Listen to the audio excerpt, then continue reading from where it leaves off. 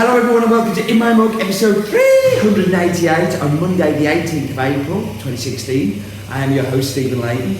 Welcome to this week's In My Mug. Of course there would be a news and there would be all the focus-ons and things like that, but as you can tell I'm not in my roastery. If I was, this roastery would be red, not a turquoisey green. I'm currently in Sweden and spending a lot of time here as I've invested in the company here, which I'm kind of working very closely with and spending lots of time coming across. Which meant that this week I didn't have a chance to record In My Mug in the studio, and being as though last week's one was so popular because it was so short, I thought, why don't I do that again? So we're going to get straight into the coffee. This week's coffee is an old favourite. It is called Finca Loayza. Finca Loayza comes from the town of Caranavi in Bolivia, where lots of our amazing coffees come from. It is a washed coffee and it's a Peaberry coffee. Peaberry, very, very simple little lesson in Peaberries here. In a coffee cherry, you have two seeds, one seed either side. These seeds are formed by pistils that come through. They're not real, but they're like pistils that fire. So that's why they're called pistils. And they form seeds. And normally, in most cherries, you will get two seeds, and that will shape the seeds the way they are. So the flat part is where the seeds have been together, and the rounder parts are the outside of the cherry. What happens sometimes, in around about 5 to 20%, depending on the varietal, those pistils will misfire. One of them will misfire and just one seed will be created. Because there's no pressure to force them together like that, they tend to form in this little pea shape, little round shape, and if you've got the coffee you'll understand completely what I mean. What this does, according to some people, is that you get a fuller, more complete, more delicious coffee. It is more intense. I disagree completely. I've tasted some delicious Peaberries. I've tasted some Peaberries that I didn't think were so good. But of course, this week's is a delicious one. It comes from a friend called Feliciano Ramos Arequipa, who runs the farm around about 10 miles outside of Caranavi, up the hills into the mountains, which you'll see in the map bit in a little while. He runs it with his wife, Tamosa, and their 5 children, and it's around about 10 hectares inside. Feliciano started around about 8 years ago coffee growing, where he rented a farm and he was growing coffee there, enjoyed it so much, felt it was his calling, that he ended up buying the current farm that he has. Now the farm doesn't have a name. Finca Loayza comes from the canton, the little region, little packet of land that the farm's based in. So we call it Finca Loayza, Feliciano Ramos Arequipa, Peaberry washed, which is a big long mouthful.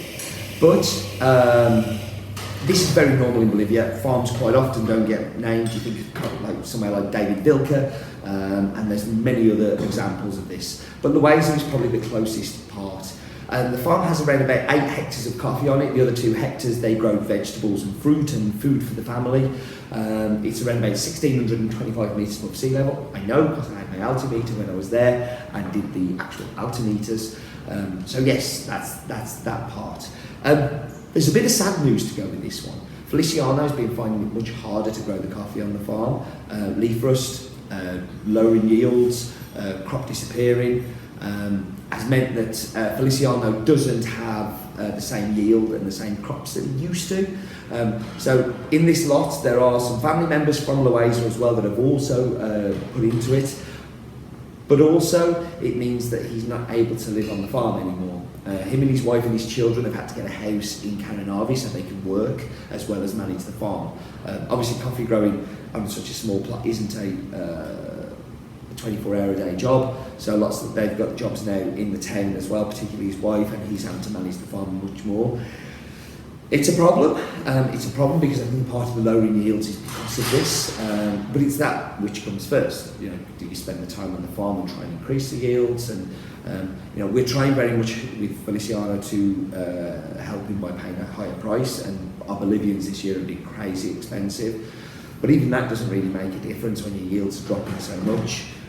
We've also, part of the programme that we did last year, where we paid, I think it was 20 cents extra per pound to the exporter. So we could have an agronomist fly in and help, and certainly some of that advice has helped. Things like how to increase his yield, how to prune, how to treat leaf rust, and all of those things. But it's a sad state of affairs at the minute in Bolivia, because this is something that's just happening and we're really in danger of losing it as an origin. let's go do the map bit.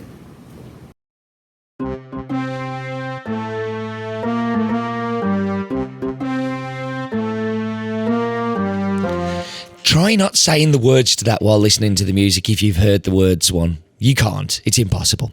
Well, welcome to the map bit. We are zooming up and we are going across the Atlantic Ocean and we're going to South America and probably my favourite country in South America. We're going to focus down on Bolivia. So let's get down and zoom onto it.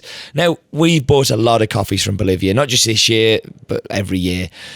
My interesting fact is about 3% of Bolivia's land is arable. The rest of it, it's just nothing grows. There's a part of the Delta Plana where bacteria doesn't even live.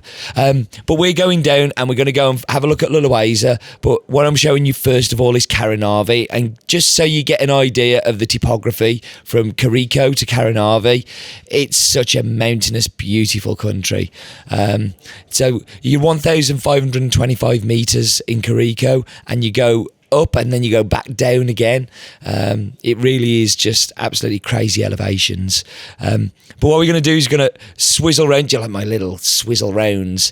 So you see Belinda here, and what I'm going to show you is the distance from Belinda. There's Caranavi, and then if we zoom down, just in the distance, in fact you can't quite see it, so let's kind of hopefully zoom across. There we go. Going to zoom across, and there we are to Loayza. So you can see exactly where it is in relation to everywhere else. I mean, just look at those mountain ranges. So that's the Andean mountain range that I harp on about so much, and the Caranavi circle that we buy all this amazing coffee from. So let's just have a whiz round. And then we're going to, what am I doing here? Wow, I'm scrolling around like an idiot. Let's go back down, zoom back round, and you can see that's a mountain and snow. Hey, let's go up. So you can see the circle there. This is the circle of farms that we buy from around Caranavi. It is just an amazing country with amazing coffee and an amazing map bit.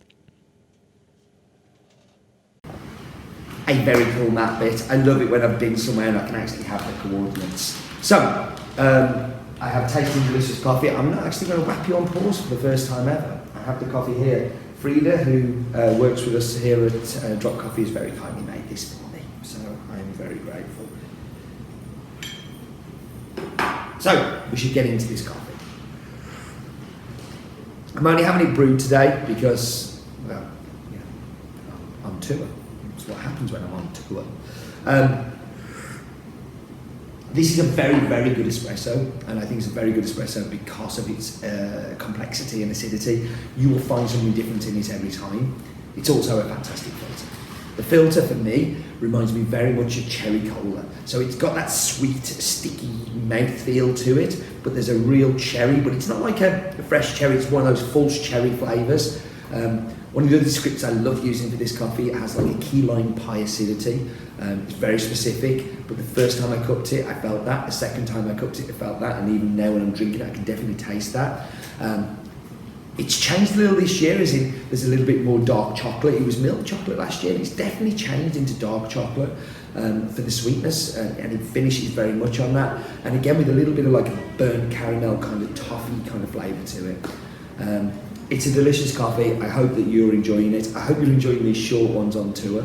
I'm going to wrap up because I think we just have people who come to do a course today, and I don't want to look like a weirdo, even though I look like a weirdo because I'm talking to a camera.